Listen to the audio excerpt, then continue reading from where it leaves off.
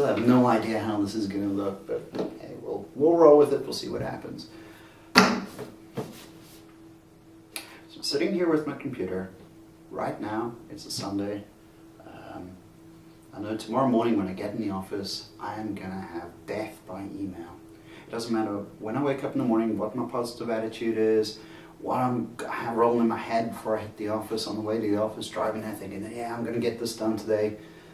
As soon as you hit the office, or even worse, when you wake up and the first thing you do is check email, that's it. You're done. You are done. You will have death by email. Many of the times, maybe it's you who's igniting all these little fires that have come back at you in CCs, BCCs, even emails to you with everyone else copied. It'll distract you. It'll not only focus you in the here and now and nothing else. Your mind, it's going to bounce all over the place, and that's not going to help you at all. Worse still, everything that you want to do, everyone who's dependent on you, everyone who's looking to you, they can't. You're a mess. You're a broken up mess. You really are. Don't look at email. So, to avoid death by email, there's many ways you can go about it. Just don't look at email. Easy. Don't look at it. People who want you right now, they'll find you. At some point, once it becomes a crisis for them, not for you. Sorry, just an aside, just for 1 second.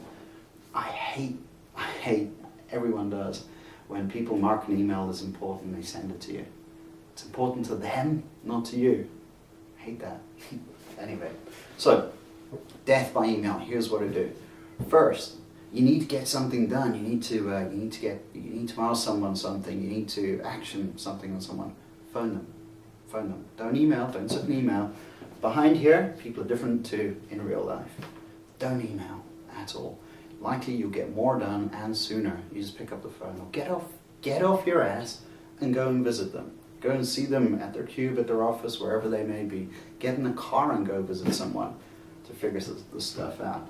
Email, absolute last resort. If they're in a different time zone, don't have telephones, can't get any other way, one-to-one interaction, then email. Right? If you have to email, you have no other choice, none whatsoever.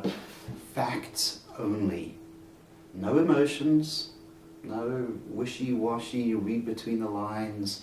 Would you mind if possibly, maybe this could, scroll that. Facts. I need to get this done. I need you to do that. I'm thinking about this. This is the situation, and this is what needs to happen. Or if you just need to relay a piece of news, relay the news. Not, well, I thought it was quite good. What purpose does that serve? It doesn't. None at all. So, facts only. Remove all emotion from it. Best regards, whatever at the end, fine. Finish it off like that. But in the email itself, facts only. By doing that as well, you're not opening up yourself to interpretation, and you're not starting a high school screaming match. Email seems to become the worst area, the worst place that exists for igniting high school little battles. In the workplace, doesn't matter how old the people are, once they're behind email and replying, it's a mess now.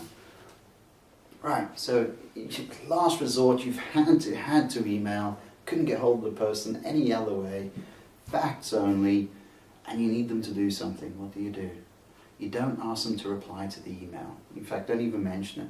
Tell them, phone me at this number, or come see me at this time, or let's figure out a Skype conversation, or a webinar, or something, a chat, online chat, if they don't want to do face-to-face, or voice. Online chat at this time using this method. Don't RSVP by email, because then you're starting the chain, then you're starting the progression towards death by email. It's awful. One last thing, just to recap actually. So, visit or phone, don't email. If you can, just don't email. If you have to email, facts only. No emotion, no in between the lines, just facts only. When you're writing that email, ask them to reply in person. Not an email, just phone, see you on Skype, something like that. And last but not least, if you're writing an email, you need someone to do something, you need to relay some information, don't CC anyone. If they need to know, phone them. Get hold of them another way. CC and blind CC, which is the suicide call for email everywhere. Don't do it. Just don't do it. One-to-one communication with facts, get stuff done. If you go down those paths, guaranteed, your death by email will decease itself. You're not going to sit with, as I have done just recently, 300 emails in a day. Ridiculous. If you spend just a couple of minutes a day, you're spending your entire day doing email if you were so inclined. Just don't do it. Okay, so avoid email if you can. If you have to email, fine, use facts. Ask them to reply in person or on Skype or by phone or some other one-to-one mechanism, not email. Don't CC anyone, yeah? Here's a favor that you can do for yourself. Instead of spending all hours of the day, every day, answering email, checking email, carrying a BlackBerry, can you imagine anything worse than having to carry a BlackBerry everywhere because, well, you need to be in touch all the time, you need to be bouncing on emails as they come in. Awful. Worst possible thing. Restrict your email reading to no more than half an hour a day. Maybe 10 minutes in the morning, 10 minutes later on, 20 minutes at the end of a day, who knows. Maybe pack them all together for a half an hour slot at 4 p.m. just to wrap up the day. Try and leave email later in the day. Don't try and do it earlier. The minute you look at email earlier in the day, that's it, your day is done. You're going to react to the email. Even if there's nothing you need to do on those emails that you've read, your mind's going to be going down a different path because of undoubtedly something more tactical than what you should be doing. So restrict your email reading as much as you possibly can. If you can, leave it to later in the day.